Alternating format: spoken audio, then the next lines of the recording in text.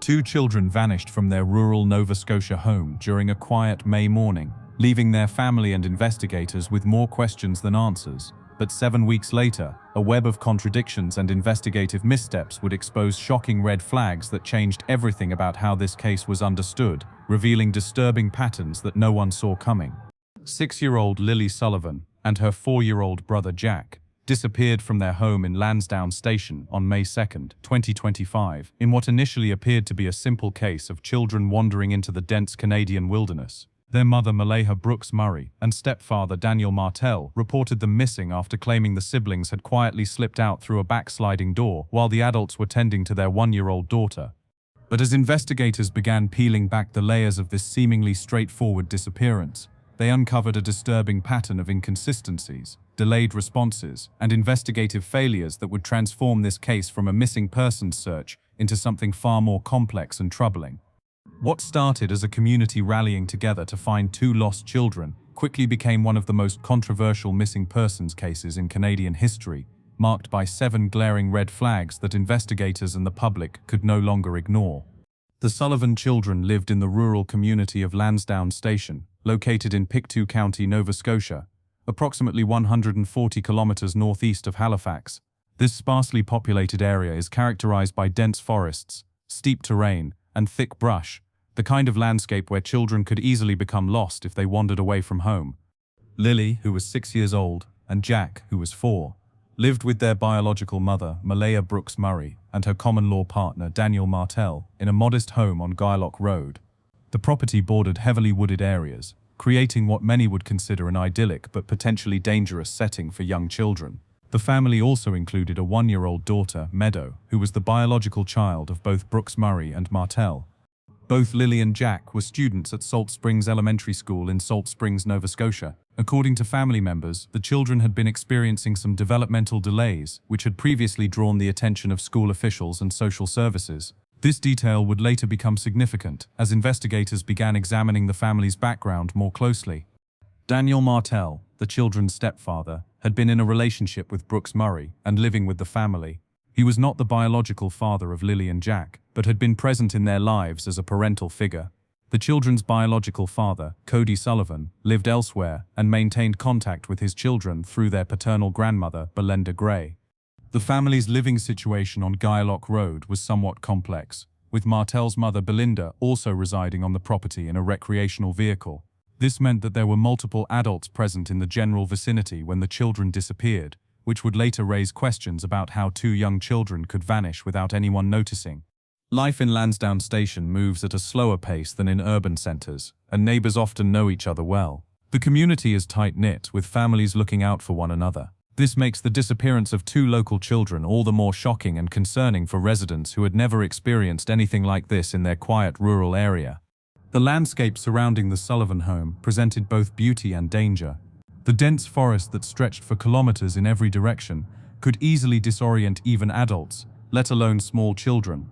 Post-tropical storms had left fallen trees scattered throughout the woods, creating an almost impenetrable maze of natural obstacles. Search and rescue officials would later describe the terrain as some of the most challenging they had ever encountered. On the days leading up to May 2nd, the children had been kept home from school. According to Martel, Lily had been suffering from a cough and Jack was kept home as a precautionary measure. They had also been absent from school on April 30th due to a scheduled professional development day for teachers. This meant that the children had been home for several consecutive days before their disappearance. The last confirmed public sighting of both children occurred on May 1, 2025, when surveillance footage captured them with family members at a location near Highland Square Mall in New Glasgow. This footage would later become crucial evidence, as it provided the final verified proof that both children were alive and well just 24 hours before they were reported missing. The first major red flag in the Sullivan case emerged in those critical early hours when time was of the essence, but the response from both the family and authorities failed to match the urgency that the situation demanded. According to the official timeline provided by the family, the children were discovered missing sometime around 9:40 in the morning on May 2, 2025. However, the 911 call to report them missing was not placed until approximately 10 o'clock in the morning, a 20-minute gap that may seem insignificant but represents precious time lost in a missing child case. Even more concerning is the conflicting information about who first noticed the children were gone and when this discovery was actually made. Daniel Martel initially claimed he had seen or heard the children around 10 o'clock in the morning, but later communications suggested this timing was not accurate, effectively undermining the only concrete time reference in his account. Maleha Brooks Murray stated that she last heard the children around 9:40 in the morning, but notably, she did not claim to have seen them, only heard them. This distinction becomes important when examining the reliability of the timeline. Adding to the confusion, Martel's mother Belinda reportedly heard Daniel calling for the children as early as 8:30 in the morning from her recreational vehicle next door. If Belinda's account is accurate, this creates a nearly 90-minute gap between when someone first noticed the children might be missing and when authorities were finally contacted. This critical delay has never been publicly reconciled or adequately explained by investigators. The confusion surrounding the timeline becomes even more problematic when examining what actions were supposedly taken during those missing hours. No one in the family has been able to clearly identify who first realized the children were gone, who opened the sliding door to check outside, who physically searched the immediate property, or who made the decision to contact police. These basic foundational details, the kind of information that should be crystal clear in any parent's memory when their children go missing, remain either unanswered or absent from official statements. The lack of clarity suggests either a failure of memory under stress or potentially more troubling explanations. Perhaps even more shocking than the delayed family response was the decision by authorities not to issue an Amber Alert for the missing children. The Amber Alert system is designed to quickly engage the public when children disappear under suspicious circumstances, spreading their photos and descriptions rapidly to turn every person in the area into a potential witness. The criteria for issuing an Amber Alert typically include confirmation that an abduction has taken place, that the child is in imminent danger, and that there is sufficient descriptive information about the child or abductor to make the alert helpful. However, critics argue that the Sullivan case clearly met these criteria from the beginning. Two very young children had vanished without a trace from their home, with no signs of them leaving voluntarily, no confirmed sightings afterward, and no logical explanation for their disappearance. The dense, dangerous forest surrounding their home presented immediate risk to their safety, yet no Amber Alert was issued, leaving many residents in surrounding areas completely unaware of the situation until long after the most critical 24-hour window had passed. The consequences of this decision were potentially devastating. The first 24 hours in any missing child case are statistically the most important. This is when most leads are fresh, when witnesses are most likely to remember relevant details, and when the chances of recovery are highest. Without an Amber Alert and immediate community mobilization, these precious hours were essentially lost. Key evidence may have disappeared during this time. Witnesses who might have seen something relevant may have forgotten important details. Surveillance footage from nearby roads, businesses, or homes may have been automatically erased before anyone knew to preserve it. The lack of immediate public awareness meant that potential witnesses did not even know they should be thinking about whether they had seen anything unusual. The decision not to issue an Amber Alert becomes even more questionable when compared to other missing child cases where alerts were issued under seemingly less urgent circumstances. The inconsistency in applying these emergency protocols raises serious questions about the decision-making process and whether the Sullivan children received the rapid response they deserved. Local residents who became aware of the situation expressed frustration and confusion about the lack of immediate public notification. Many stated that if they had known about the missing children sooner, they would have been actively looking for them, checking their own properties, and reviewing any security camera footage they might have had. The delayed response and failure to issue an Amber Alert represent more than just procedural missteps. They potentially compromised the entire investigation from its earliest moments. When every minute counts in a missing child case, these delays may have made the difference between finding the children quickly and the prolonged search that followed. The second major red flag in the Sullivan case emerged weeks after the children's disappearance, when it was revealed that Nova Scotia's Child Protection Agency had previously investigated the family's living conditions and circumstances months before Lilly and Jack went missing. This revelation came to light through reporting by the Globe and Mail, when Nova Scotia's Minister of Opportunities and Social Development, Scott Armstrong, confirmed in an interview that the agency had maintained a file on the children prior to their disappearance. The minister stated that he had personally reviewed the agency's report, but declined to discuss the specific findings, citing the ongoing police investigation. The existence of a prior child welfare investigation adds a deeply troubling dimension to the case. Child Protective Services typically become involved when concerns about a child's safety, welfare, or development are reported by mandatory reporters such as teachers, healthcare workers, or other professionals who work with children. According to Daniel Martel, a social worker with Child Protective Services had visited the family home several months before the children's disappearance. He stated that this visit was prompted by concerns that had been relayed by someone at the children's school and were related to their developmental delays. The fact that school officials felt compelled to contact Child Protective Services suggests there were observable concerns about the children's well-being that went beyond typical developmental variations. Teachers and school staff are trained to recognize signs of neglect, abuse, or other problems that might affect a child's development, and they are legally mandated to report such concerns. Developmental delays in children can result from various factors, including medical conditions, environmental factors, lack of stimulation, trauma, or neglect.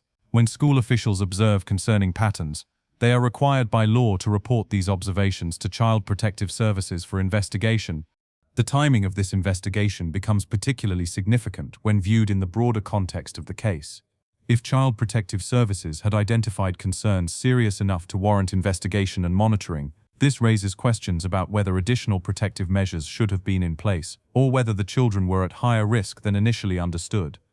Minister Armstrong's statement that he had personally requested and reviewed the agency's report indicates that the prior involvement was substantial enough to warrant high-level attention after the children's disappearance. His reluctance to discuss the findings publicly, while understandable given the ongoing investigation, leaves critical questions unanswered about what specific concerns had been identified. The minister's comment that we should be focused more on those kids than we are on looking to blame somebody suggests there may be sensitive information in the child welfare file that could be relevant to understanding the circumstances of the disappearance. His acknowledgement that there may come a time when the agency's involvement deserves more scrutiny implies that the prior investigation may have identified significant concerns. When asked about the Child Protective Services involvement, the children's mother Maleha Brooks Murray declined to comment, stating she had no comment regarding the agency's previous contact with her family. This lack of transparency from the family about the circumstances that led to the investigation raises additional questions about what issues were identified and how they were addressed.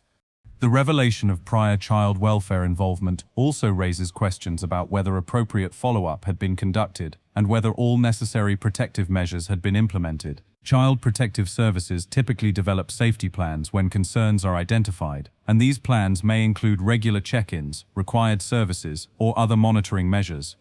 It is worth noting that Nova Scotia and Ontario are the only two provinces in Canada without a dedicated child and youth advocate, an independent office specifically designed to advocate for and protect children's rights. Instead, both provinces rely on provincial ombudsmen, who also handle many other government-related complaints, potentially diluting the focus on child welfare issues. The absence of a dedicated child advocate in Nova Scotia means there may be fewer independent oversight mechanisms to ensure that child welfare cases are handled appropriately and that children receive the protection they need. Minister Armstrong acknowledged this gap and stated that he is personally committed to creating such an office, with hopes to share more details in the fall. The prior child welfare investigation represents a significant red flag because it suggests there were already identified concerns about the children's well-being before they disappeared. If these concerns were related to their safety, supervision, or care, this context becomes crucial for understanding the circumstances of their disappearance and whether additional protective measures might have prevented this tragedy. The fact that this information was not immediately disclosed when the children first went missing also raises questions about communication between agencies and whether all relevant background information was made available to the investigators handling the missing persons case. Perhaps one of the most disturbing and inexplicable red flags in the Sullivan case is the behavior of the children's biological mother, Maleha Brooks Murray, in the immediate aftermath of their disappearance. Her actions following the loss of her children defied conventional expectations of how a grieving mother would respond to such a traumatic situation. Within 24 hours of reporting her children missing, Brooks Murray left the family home in Lansdowne Station and the surrounding area entirely. This departure occurred while massive search efforts were underway, with over 100 volunteers, search and rescue teams, helicopters, drones, and specialized dogs combing the dense forest looking for her missing children. For most parents, the thought of leaving the area where their children were last seen would be unthinkable. The natural instinct would be to remain as close as possible to the search efforts, to be immediately available if the children were found, and to participate in any way possible in the ongoing rescue operations. Yet Brooks Murray made the decision to leave during this critical period.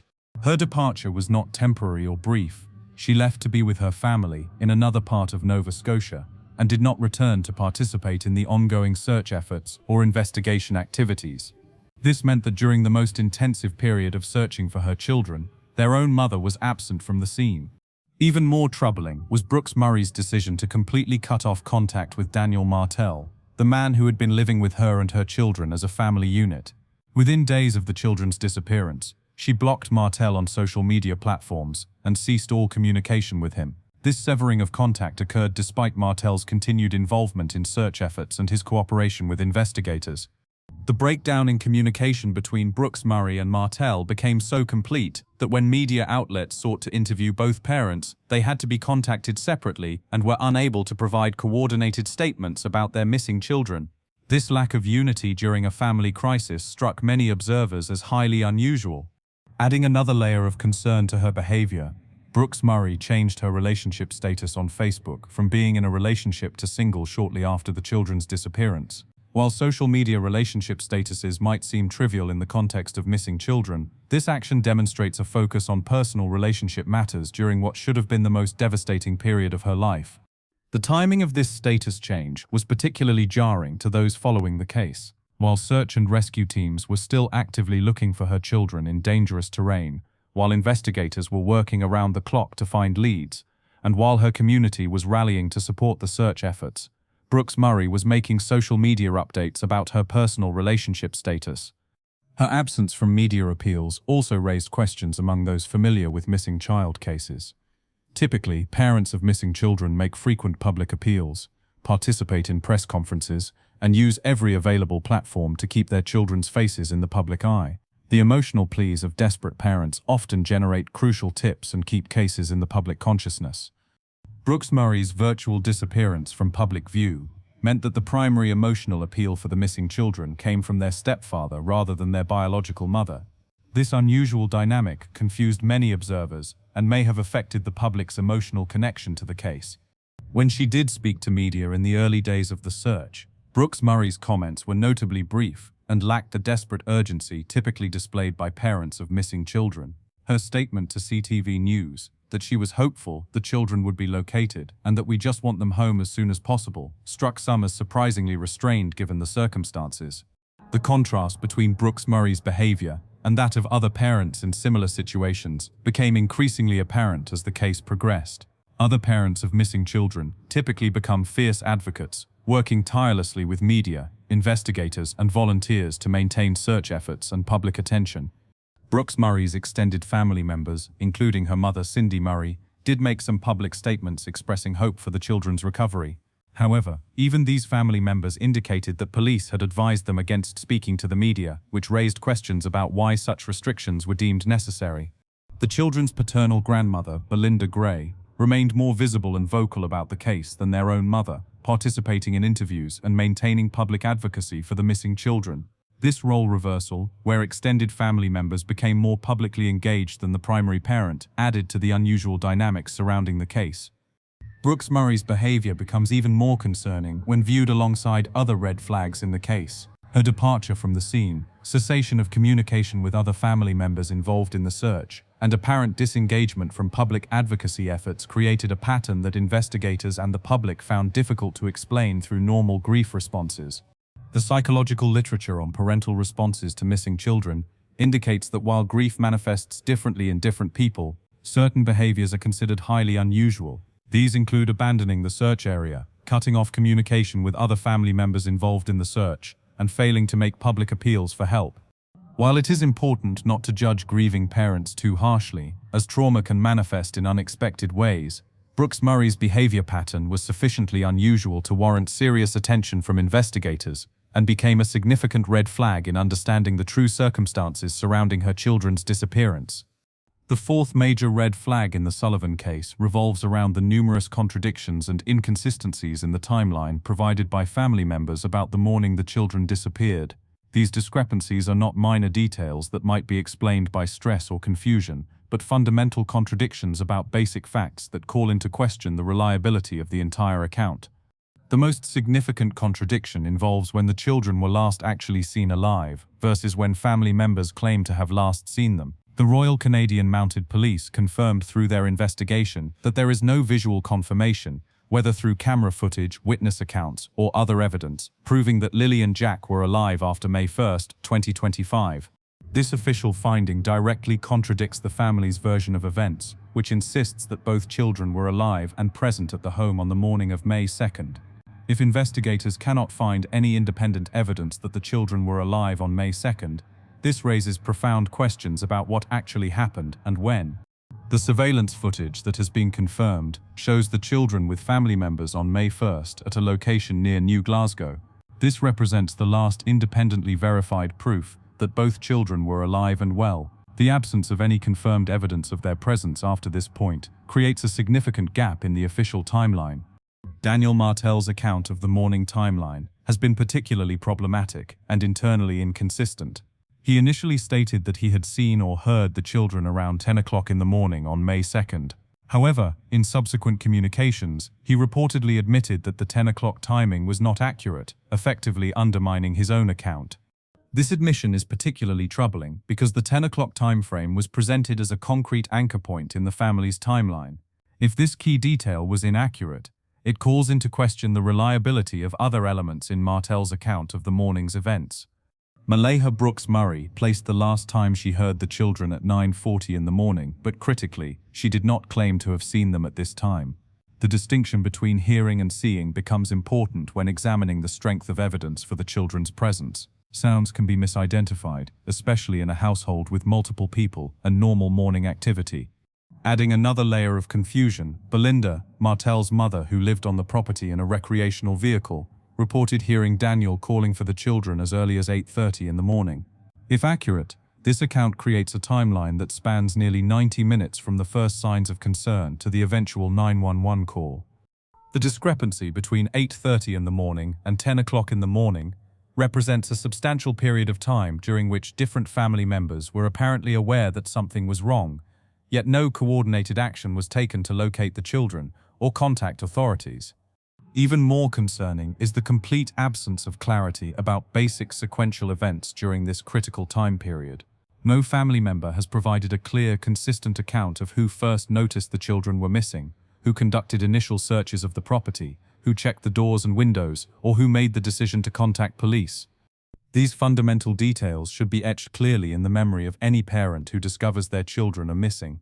The fact that such basic information remains unclear or contradictory suggests either severe trauma-induced memory problems or potentially more troubling explanations for the inconsistencies. The household timeline for the morning of May 2nd collapses into what can only be described as a fog of ambiguous activity. Daniel Martel stated he woke up somewhere between 6 and 7 o'clock in the morning, but there is no detailed account of normal parenting activities such as feeding the children, checking on them, or engaging in routine morning interactions.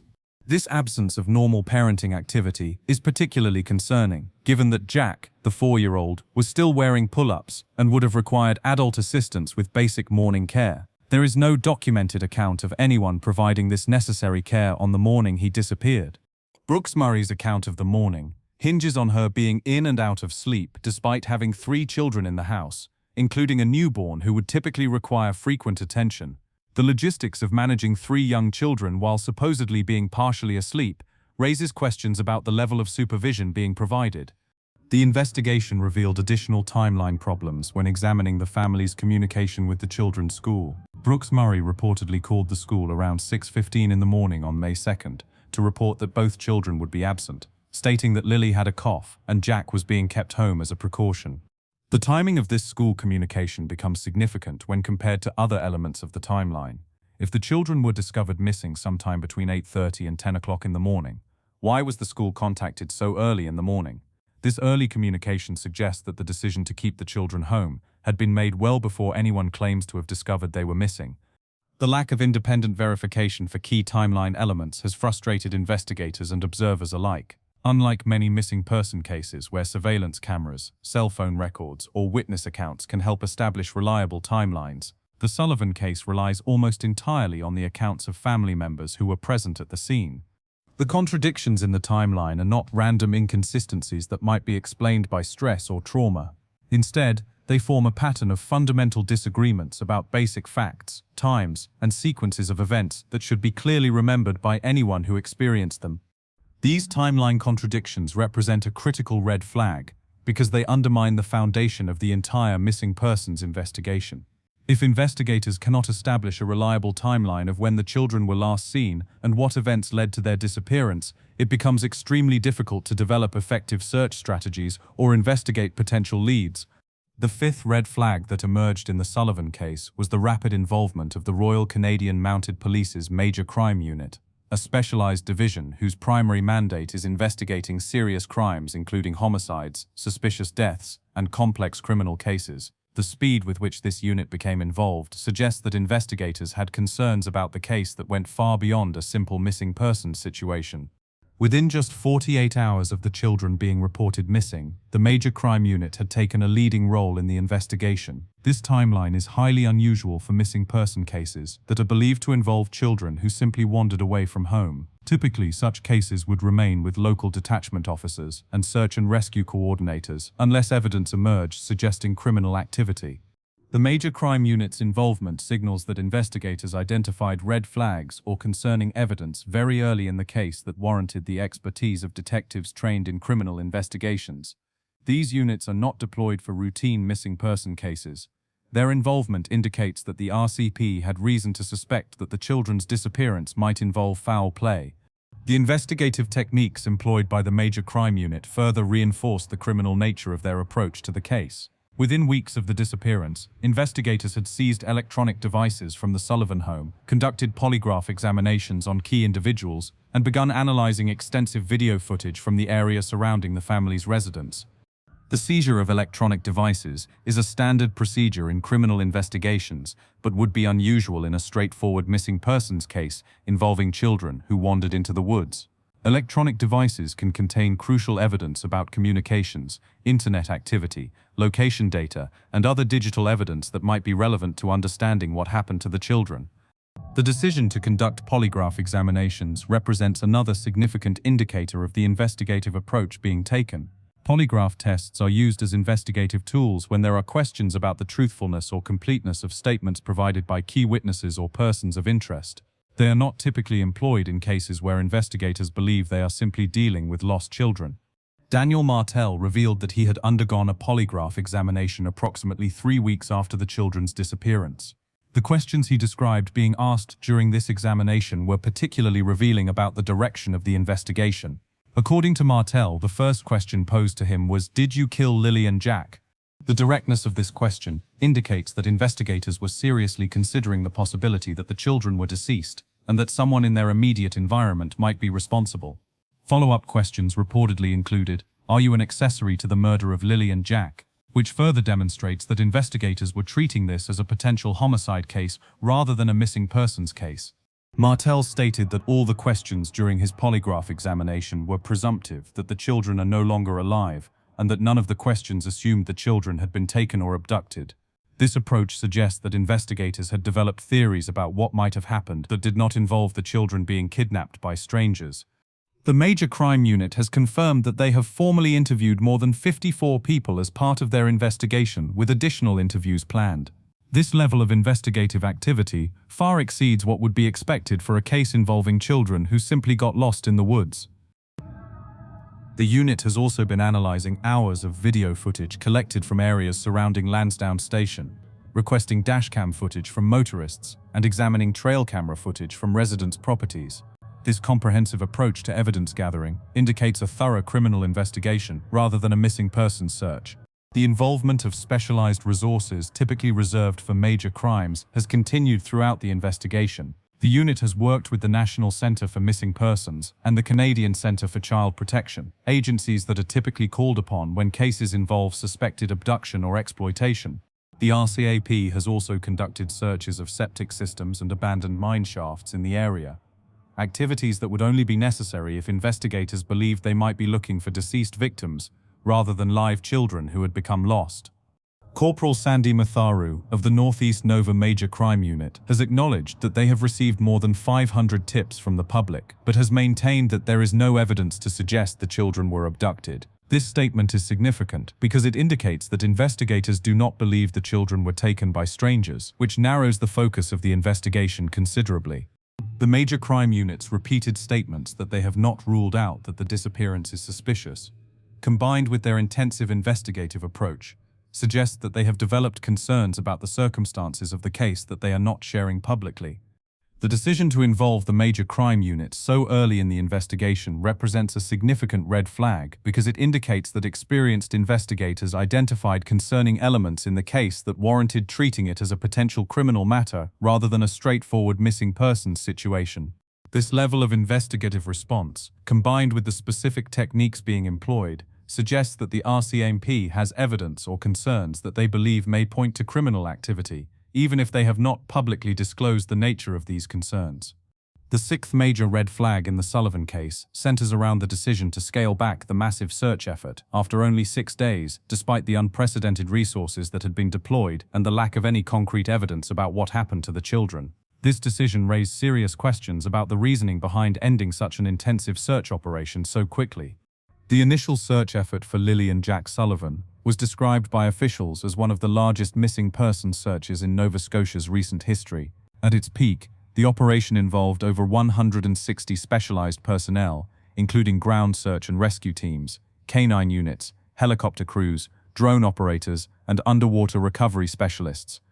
Amy Hansen, who served as search manager for 10 operational search periods, stated that the time and effort invested in this case was pretty much unheard of in this province and represented the biggest search she had been involved in during her 22 years of search and rescue experience. The scope and intensity of the operation reflected the urgency that authorities initially felt about finding the missing children.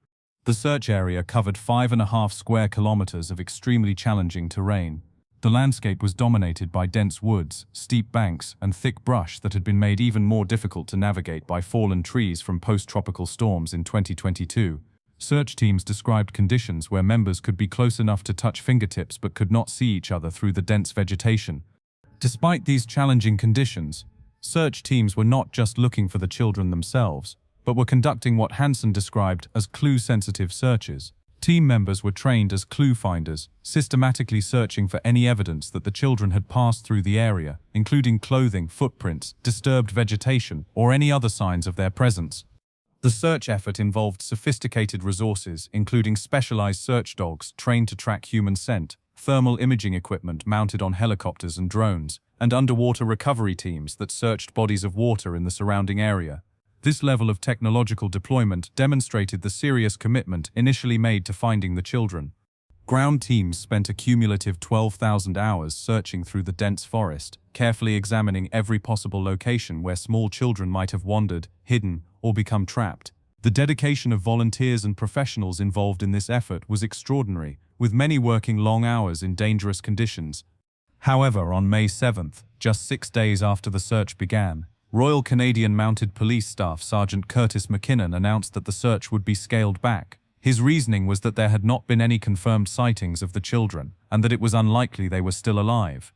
This decision was shocking to many observers who questioned how authorities could conclude that children were unlikely to be alive after only 6 days, particularly given the massive resources that had been deployed and the lack of any definitive evidence about their fate. The timing seemed premature, especially considering that people have survived much longer periods in wilderness conditions. The scaled-back search meant that the intensive ground operations, helicopter surveillance, and coordinated team efforts were largely discontinued. While officials stated that the investigation would continue, the visible search effort that had given hope to the community and family members was effectively ended. Amy Hansen, despite her extensive experience, continued to believe that the children were somewhere in the woods and expressed frustration that the search had been called off. She stated, "They're small, they'd be hiding, they would have crawled underneath something probably when they got tired. They could have gone further than what we searched."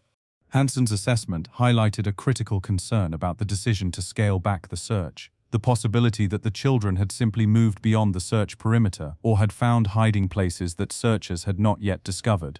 Her professional opinion was that more searching was needed, not less. The emotional toll on search volunteers was significant. Hansen noted that some members couldn't bring themselves to call the names of the children during search operations, demonstrating the psychological impact of looking for missing children. Despite this emotional burden, volunteers expressed willingness to continue searching and disappointment that the effort was being curtailed. The decision becomes even more questionable when examining what evidence was actually found during the search period. Searchers did discover a piece of Lilly's blanket along Lansdowne Road and identified a child-sized boot print near a pipeline trail just over a kilometer from the children's home. These discoveries suggested that the children had indeed been in the area and that continued searching might yield additional evidence. Particularly concerning was the decision not to deploy cadaver dogs, specialized canines trained to detect human remains, during the initial search period. Daniel Martel publicly requested that such dogs be brought in to search the woods, but the RCMP confirmed that cadaver dogs had not been used, stating that any searches involving the dog will be based on information gathered through the ongoing investigation. The reluctance to use cadaver dogs raised questions about what information investigators might have that would make such searches unnecessary, or conversely, what concerns they might have about what such dogs might discover. The scaled-back search was resumed on May 17th and 18th with 115 volunteers, but this represented a significantly reduced effort compared to the initial intensive operation. Subsequent search efforts have been limited and targeted rather than comprehensive. The decision to scale back the search after only 6 days represents a significant red flag because it suggests that investigators may have developed information or theories about the case that made them believe continued searching was unlikely to locate the children alive. However, the public was not provided with clear reasoning for this decision, leaving many to question whether all possible efforts had been made to find Lilly and Jack. The seventh and perhaps most troubling red flag in the Sullivan case involves the peculiar nature of the physical evidence that has been discovered, combined with the unusual silence from investigators about key details that would normally be shared with the public in missing persons cases. This combination of limited evidence and restricted information has created an atmosphere of speculation and concern about what investigators know but are not revealing. The physical evidence discovered during the search efforts was both significant and puzzling. The most important piece of evidence was a fragment of Lilly's blanket that was found along Lansdowne Road, not far from the family's home. This discovery was made relatively early in the search effort and represented the first concrete proof that at least one of the children had been in the area. The location where the blanket fragment was discovered, along a road rather than deep in the forest, was significant because it suggested that the children may have followed more accessible routes rather than plunging directly into dense woodland. This finding should have provided important directional information for search teams about where to focus their efforts. Near the same location where the blanket was found, searchers also discovered what appeared to be a child-sized boot print. This evidence was located close to a pipeline trail, approximately 1 kilometer from the Sullivan home. The RCMP confirmed that this boot print was believed to be child-sized, providing additional support for the theory that the children had traveled in this direction.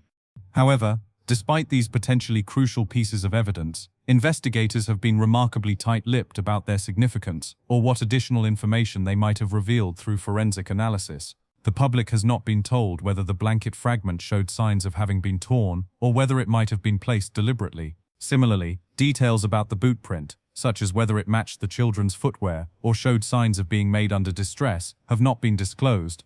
The discovery of these items raises important questions about why more evidence was not found in the surrounding area. If the children had indeed traveled along this route, there should presumably be additional signs of their passage, more footprints, possibly additional pieces of clothing or personal items, or other disturbances that would indicate their movement through the area. Daniel Martel has stated that there is more evidence than what the public knows, but I can't elaborate on any of that. This comment suggests that investigators have discovered additional physical evidence or developed information that they consider too sensitive to share publicly. However, the withholding of such information is unusual in missing persons cases where public assistance is typically crucial for generating leads and tips.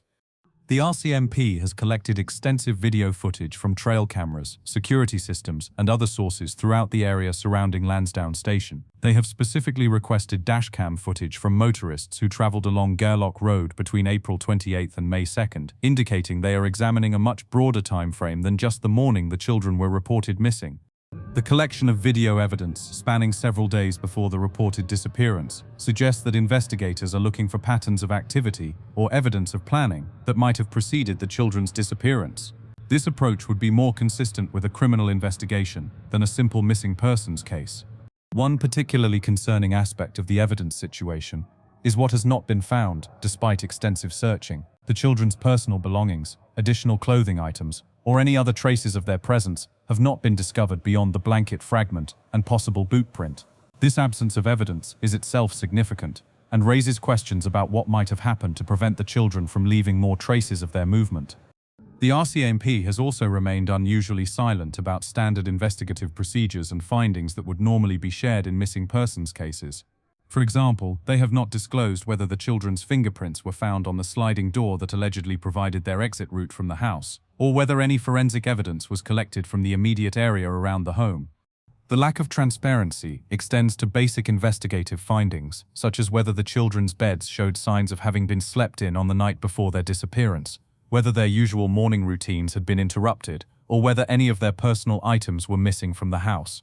These details would typically be shared to help the public understand the circumstances and potentially generate relevant tips. Investigators have also not disclosed whether they have been able to verify key elements of the family's account through independent evidence. For example, they have not confirmed whether neighborhood surveillance cameras, cell phone records, or other electronic evidence supports the timeline provided by family members. The silence from investigators becomes even more notable when compared to their approach in other missing persons cases, where regular updates about search progress, evidence discoveries, and investigative developments are typically provided to maintain public engagement and generate tips. Corporal Sandy Matharu's statement that we understand people's desire for answers and updates. However, as this is an active investigation, we're unable to discuss details of our ongoing work, reflects an unusually restrictive approach to public communication. While some information must be protected during active investigations, the level of secrecy in this case has exceeded normal standards. The combination of limited physical evidence and extensive investigative secrecy has created a situation where the public and even family members are left to speculate about what investigators have discovered and what theories they are pursuing. This environment of uncertainty and speculation may actually hinder the investigation by reducing public cooperation and trust. The evidence and silence red flag represents perhaps the most troubling aspect of the case, because it suggests that investigators possess information that significantly changes the nature of the case, but have chosen not to share this information with the public or family members who might be able to provide additional context or assistance. Despite the numerous red flags and concerning aspects of the Sullivan case, the investigation remains active, and there continues to be hope for resolution. The Royal Canadian Mounted Police Major Crime Unit maintains its commitment to finding answers about what happened to Lilly and Jack, and the broader community continues to support efforts to locate the missing children. In June 2025, the province of Nova Scotia announced a substantial reward of up to $150,000 for anyone who comes forward with information leading to the location of the Sullivan children. This reward represents one of the largest ever offered in a Nova Scotia missing persons case and demonstrates the continued commitment of authorities to finding answers. The disappearance has been added to the province's Major Unsolved Crimes program, which officials describe as a tool to help police in major unsolved crime cases. This designation provides additional resources and expertise to support the ongoing investigation and reflects the serious nature of the case. The RCMP continues to receive tips and information from the public, with over 500 tips having been submitted since the investigation began. Each tip is thoroughly investigated, with officers following up on reports from across the province and even from other parts of the country. While none of these tips have led to confirmed sightings of the children, they demonstrate the continued public interest in the case. Investigators remain engaged with multiple specialized resources, including the National Centre for Missing Persons and the Canadian Centre for Child Protection. These organizations provide expertise in missing persons cases and child protection issues that can be crucial for developing new investigative approaches or identifying previously overlooked possibilities. The technological aspects of the investigation continue to evolve, with investigators analyzing digital evidence, communication records, and video footage using advanced forensic techniques. As technology improves and new analytical methods become available, previously examined evidence can sometimes yield new insights or information. Family members, particularly the children's paternal grandmother, Belinda Gray, continue to advocate publicly for the missing children and maintain hope that they will be found. Her continued presence in media interviews and public discussions helps keep the case in the public consciousness and may encourage people with information to come forward. The community of Lansdowne Station and the broader Pictou County area remains affected by the disappearance, with many residents continuing to be vigilant for any signs or information that might be relevant to the case. The tight-knit nature of rural Nova Scotia communities means that people continue to discuss the case and remain alert for anything that might help solve it. Search and rescue volunteers, despite the official scaling back of organized search efforts, have expressed willingness to return to searching if new information emerges that suggests specific areas should be examined. The dedication of these volunteers reflects the community commitment to finding the children and supporting their family. The case has also sparked important discussions about child safety, family dynamics, and the systems designed to protect vulnerable children. These conversations may lead to improved procedures, better training for professionals who work with children, and enhanced community awareness of warning signs that might indicate children are at risk. Educational value can be drawn from examining the red flags identified in this case. Parents, caregivers, teachers, and community members can learn to recognize concerning patterns that might indicate children are in unsafe situations. Early intervention and appropriate reporting of concerns can sometimes prevent tragedies from occurring. The importance of maintaining accurate timelines, preserving evidence, and cooperating fully with investigators becomes clear when examining how inconsistencies and delays can complicate missing persons cases. Families facing similar situations can learn from the challenges encountered in this case to ensure they provide the most helpful information possible to investigators. Child protection systems and their effectiveness are also highlighted by this case. The revelation that child welfare agencies had previous involvement with the Sullivan family raises questions about how such cases are monitored and whether additional safeguards might be needed to protect vulnerable children. The investigative approach taken by the Royal Canadian Mounted Police, including the early involvement of the Major Crime Unit and the use of advanced investigative techniques, demonstrates the serious commitment that law enforcement agencies make to finding missing children and pursuing all possible leads. While the red flags identified in this case raise serious concerns about the circumstances surrounding the children's disappearance, it is important to remember that investigations can take time to develop and that resolution may come from unexpected sources. Cold cases have been solved years or even decades after they occurred when new evidence emerges or when advances in technology provide new analytical capabilities.